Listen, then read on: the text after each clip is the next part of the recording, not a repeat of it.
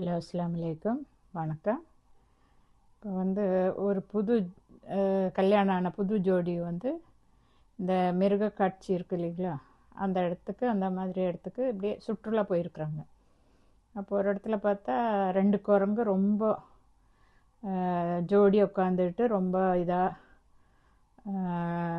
என்ன பண்ணுறது, ஒருத்தர் மேலே ஒருத்தர் சாஞ்சு அப்படி பேம் பார்த்து கொடுக்குற மாதிரி அப்படி இப்படின்ட்டு ரெண்டு பேரும் ரொம்ப ஜோடியாக இருந்துச்சு. அப்போ இந்த பொண்ணு வந்துட்டு, பாருங்கள் எவ்வளோ குரங்கு எவ்வளோ அன்பு காட்டுது, அதோட ஜோடிக்கிட்ட எவ்வளோ நல்லா இருக்குது, பார்க்கும்போதே ரொம்ப நல்லா இருக்கு இல்லையா, அப்படி இப்படின்னு சொல்லிட்டு அவங்க அடுத்த இது அப்போ சரி இந்த பக்கம் வா நீ அங்கே பாரு அப்படின்னோடனே அங்கே பார்த்தா ரெண்டு சிங்கம். அப்போ ஆண் சிங்கம் ஒரு பக்கமும் பெண் சிங்கம் ஒரு பக்கம். பெண் சிங்கம் அப்படி உட்காந்துட்ருக்கு, ஆண் சிங்கம் அப்படியே நின்றுட்டுருக்கு, நின்று கம்பீரமாக இப்படி பார்த்துட்ருக்கு. இவங்க பாரு ரெண்டு பிரிஞ்சிருக்கிறாங்க, அவன் அங்கே உட்காந்துட்ருக்குறான், இவன் இங்கே நின்றுட்டுருக்குற, இப்படி ரெண்டு பேரும் ரெண்டு பக்கமாக இருக்கிறாங்க. பொண்ணு அங்கே உட்காந்துருக்கு, ஆண் சிங்கம் இங்கே உட்காந்து நிற்கிது அப்படின்னு சொல்லிட்டு அந்த பொண்ணு சொல்லிச்சு, சரி உனக்கு இப்போ தெரியணுமா, நீ ஒரு கல் எடுத்து வீசு அப்படின்ச்சு. சும்மா சின்ன குட்டி கல் எடுத்து வீசிப்பார் அப்படின்னு. அப்போ இவன் என்ன பண்ணுவான், சரின்ட்டு ஒரு சின்ன கல் எடுத்து தூக்கி வீசினோன்னு அந்த பெண் சிங்கம் அந்த ஆண் சிங்கம் வந்து இவன் மேலே கிர்ன்ட்டு கடிக்கிற மாதிரி ஓடி வந்துச்சு. இப்போ பயந்துட்டு ஓடி வந்துட்டான். அப்புறம் என்னங்க நீங்கள் வேறு இப்படி சொல்லிட்டு, சரி நீ இப்போ இந்த குரங்குகிட்ட பாரு, குரங்குகிட்ட போயிட்டு அதையே செய்ய அப்படின்ச்சு. அப்போ பார்த்தா இவன் வந்து குரங்குகிட்ட வந்துட்டு அதே மாதிரி ஒரு சின்ன கல் எடுத்து வீசவும் அந்த ஆண் குரங்கு என்ன பண்ணிருச்சு, குடுகுடுன்னு மரத்து மேலே ஏறி போய் உட்காந்துருச்சு. பெண் சிங்கம் இங்கேருந்து இப்படி என்ன பண்ணுறதுன்னு தெரியாமல் தவிச்சிட்ருக்கு.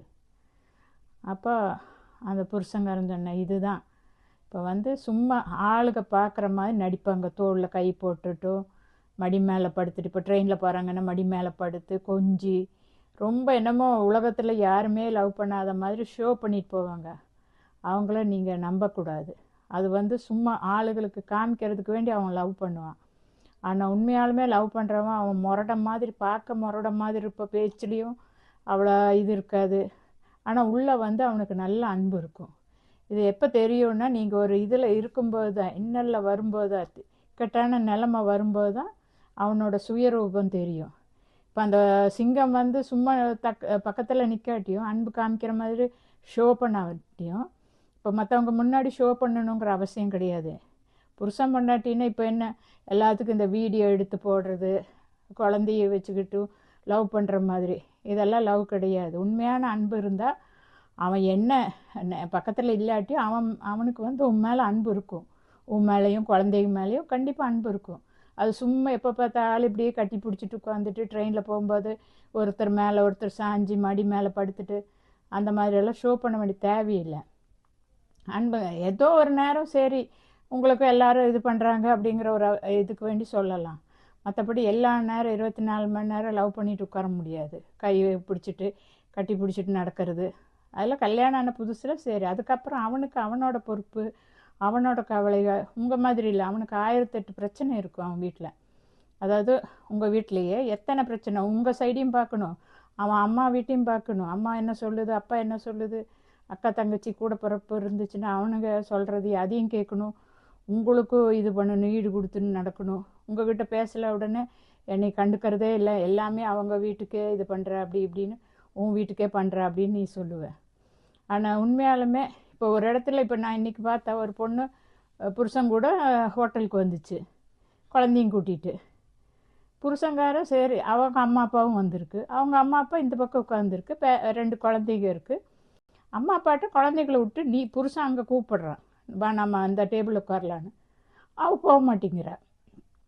உங்கள் அம்மா அப்பாவை நீ பிடிச்சிட்டு உட்காந்துட்டு என்ன பிரயோஜனம், அப்புறம் எதுக்கு நீ கல்யாணம் பண்ணணும், உங்கள் அம்மா அப்பா கூடயே போயிட வேண்டியது தானே, கல்யாணம் பண்ணாமல் இருக்கலாம்ல. உனக்கு உங்கள் அம்மா அப்பா தான் முக்கியம்னா நீ புருஷனை கல்யாணம் பண்ண வேண்டியதுக்கு தேவையில்லையே.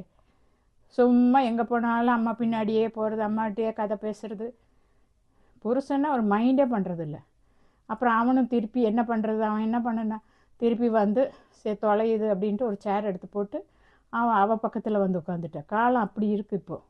இப்போ எப்படின்னா பிள்ளைகள்லாம் வந்து புருஷனை மைண்டே பண்ணுறதில்ல, ஒரு இதுக்கும் கூட மைண்ட் பண்ணுறது. அவனோட காசு வேணும், அவன் சம்பாதிச்சு கொண்டு வரணும், குழந்தை குட்டிக்கு ஷூ ஷாக்ஸ் வாங்குறதுன்ட்டு எல்லாமே பண்ணணும். ஆனால் புருஷங்கிற ஒரு மரியாதை அவனுக்கு கொடுக்கறதே இல்லை.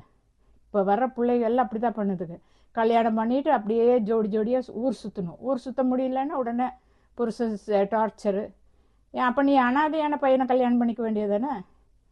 ஒரு ஆசிரமத்தில் போய் புருஷன் வேணும்னு சொல்லி கல்யாணம் பண்ண வேணும். உனக்கு அம்மா அப்பா இருக்கக்கூடாது, அக்கா தங்கச்சி இருக்கக்கூடாது, அண்ணன் தம்பி இருக்கக்கூடாது.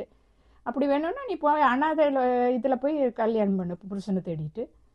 நீ எதுக்கு அம்மா அப்பா சொத்து சுகம் இருக்கிற இடமா பார்த்து தேடுற பொண்ணுலைய பையனை? ஒன்றும் இல்லாதவனையே போய் கல்யாணம் பண்ணிக்க வேண்டியதானே? அப்போ யாரும் உன்னை வந்து கட்டுப்பாடு பண்ண மாட்டாங்கல்ல.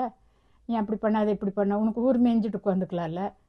பிள்ளைங்கன்னா ஒரு அனுசரித்து போகணும். குடும்பம் உங்கள் அம்மா அப்பா எப்படி வாழ்ந்தாங்க அதை யோசிங்க. அம்மா அப்பாலாம் கஷ்டப்பட்டு இப்போ பிள்ளைகளையும் நீங்கள் அது மாதிரி தான் ரொம்ப ஓவராக வளர்த்தாதீங்க. ஒரு பிள்ளை பார்த்தா ட்ரெயினில் ஏறணுன்னு ஐயோ எனக்கு மூச்சு முட்டுது ஏதாவது. ஏன் நம்ம பிறந்தே ஏசியில் பிறந்து வளர்ந்த மாதிரி எல்லாம் ஒரு அளவுக்கு ஷோ பண்ணாத. இதெல்லாம் நிற்காது, நிலைக்காது. உனக்கு 5 ஒரு செகண்ட் போகுது, உனக்கு எல்லாமே போயிடும். என்னம்மா காருக்குள்ளே உட்காந்து ஜன்னல் பக்கம் தான் உட்காரணுமாம்மா, ஏசி போடக்கூடாதாம்மா, சிலவங்களுக்கு ஏசி போட்டாதான் உட்காரணுமாம்மா. என்ன இதெல்லாம் பழக்கம்? ஒரு இடத்துக்கு போகிறோம்மா, பிள்ளைகளை பழக்கி வைக்கணும். இத்தனைக்கு அந்த பிள்ளைக்கு கிட்டத்தட்ட 22 23 வயசு இருக்கும். அந்த பிள்ளை சொல்லுது ஐயோ ஒரு மாதிரி ஆகுது எனக்கு ட்ரெயினில் உட்காந்தோடனே. ஏன் உனக்கு என்ன ஆகுது? அப்போ நீ அந்த மாதிரி வளர்த்திருக்கிற வீட்டுக்குள்ளே ஏசி வச்சுக்கிட்டு ரூம்குள்ளே அடைச்சிருந்தேன்னு அப்படி தான் ஆகும். இதெல்லாம் கொஞ்சம் ஓவர் ஷோ. ஆளுக பார்க்கும்போது என்னமோ இவ வந்து அப்படியே லாட் லபக்தாஸ் மாதிரி அவங்க அப்பன் தாத்தன் நல்லா சம்பாதிச்சு வச்சதில் அப்படியே பிறந்து வளர்ந்து தங்க தொட்டிலேயே பிறந்து வளர்ந்த மாதிரி. இந்த மாதிரி ஷோ பண்ணாத. ஒரு செகண்டில் எல்லாமே அழிஞ்சு போயிடும். ஞாபகம் வச்சுக்கோ. எந்த சூழ்நிலையிலும் பார்த்து அனுசரித்து வாழணும். பத்த பிள்ளைகளுக்கு அது ஒரு இது ட்ரெண்டு. எங்கே போனாலும் புருஷன் கையை பிடிச்சிட்டே போகிறது. இதெல்லாம் வாழ்க்கைக்கு ஒத்து வராது. நல்லா நிம்மதியாக இருங்க. வாழ்க்கைன்னா எல்லாமே இருக்கும். கஷ்டம் நஷ்டம் சந்தோஷம் துக்கம் எல்லாமே இருக்கும். எப்போ நம்ம ஒரே மாதிரி இருக்க மாட்டோம். அதெல்லாம் அனுசரித்து போகணும். இப்போ இந்த இதில் ட்ரெயின்லேயே உன்னால் உட்கார முடியலன்னா நீ வீட்லையெல்லாம் எப்படி உட்காருவப்போ? புருஷன் கல்யாணம் ஆனோடனே உனக்கு ஏசி போட்ட ரூமில் தான் நீ உட்காருவியா? அப்போ அதெல்லாம் இப்போ வந்து ஸ்டெப் பை ஸ்டெப்பாக பிள்ளைகளுக்கு சொல்லி கொடுத்தாதான் அது மாதிரி நிற்கும். ஒரு ட்ரெஸ்ஸு போட்டால் ஐயோ எனக்கு இது அப்படியே இதாகுது போடுறி, 2 மண்டை கொடுத்து போடுறி அந்த மாதிரி, அதில் என்ன ஆயிரும் அப்படிங்கிற மாதிரி சொல்லி பழக்கணும். இது எது கேட்டாலும் டக்கு டக்குன்னு வாங்கி கொடுக்கறது. புள்ள சொல்கிறது தான் பெருசு. புருஷனுக்கு கூட மதிக்கிறது இல்லை இப்போ பொம்பளைகளும். ஐயோ என் புள்ள அப்படி சொல்லிட்டா, ஐயோ என் புள்ள அவள் படிச்சிருக்கிறா, படித்தாங்கிறதுக்காக அது அளவுக்கு தான் கொடுக்கணும். அம்மா அப்பாங்கிறது உன்னை விட அறிவு இருக்குமா அவளுக்கு? நீ அவளை பெத்த உனக்கு அவளை விட அறிவு ஜாஸ்தி தானே. படிக்கிறாங்கிறது அது வேறு விஷயம். அதுக்குன்னு வாழ்க்கையில் குடும்பத்தில் நடக்கிறதெல்லாம் அவளுக்கு தெரியாது. அவள் சொல்லும்போது நீ தான் அடக்கி வைக்கணும். ஏய் கொஞ்சம் பேசாமல் இருடி, ஊருக்கு போயிடுவோம்ல, இதில் என்ன அதுக்குள்ளே உனக்கு ஒரு ஆர்ப்பாட்டம்? என்னமோ இவ ஏசியிலேயே பிறந்து வளர்ந்த மாதிரி அப்படியே ட்ரெயினில் உட்காந்தோன்னு ஐயோ ஐயோ ஐயோன்ட்டு அதெல்லாம் ஷோ பண்ணாதீங்க. அதெல்லாம் நிலச்சி நிற்காதுங்கிறது மட்டும் எப்போவுமே ஞாபகம் வச்சுக்கோங்க. யாராக இருந்தாலும் சரி, பசங்களாக இருந்தாலும் சரி, பிள்ளைகள். பசங்க கூட இந்த அளவுக்கெல்லாம் பண்ணுறதில்ல. பிள்ளைக இது பண்ணுறது தான் ரொம்ப ஓவராக இருக்குது.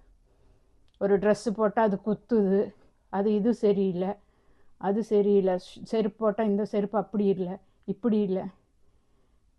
ஏதோ இந்த காலத்தில் எல்லாத்துக்குமே 4-5 செட்டு செருப்பு வச்சுருப்பாங்க. எல்லா வீட்லேயும் இருக்குது. ரொம்ப இல்லாதவன் வீட்லேயும் அந்த மாதிரி இருக்குது. ட்ரெஸ்ஸு அதே மாதிரி தான் இஷ்டத்துக்கு இருக்குது. அதுக்குன்னு நீங்கள் ஓவர் ஆக்டிங் பண்ணாதீங்க.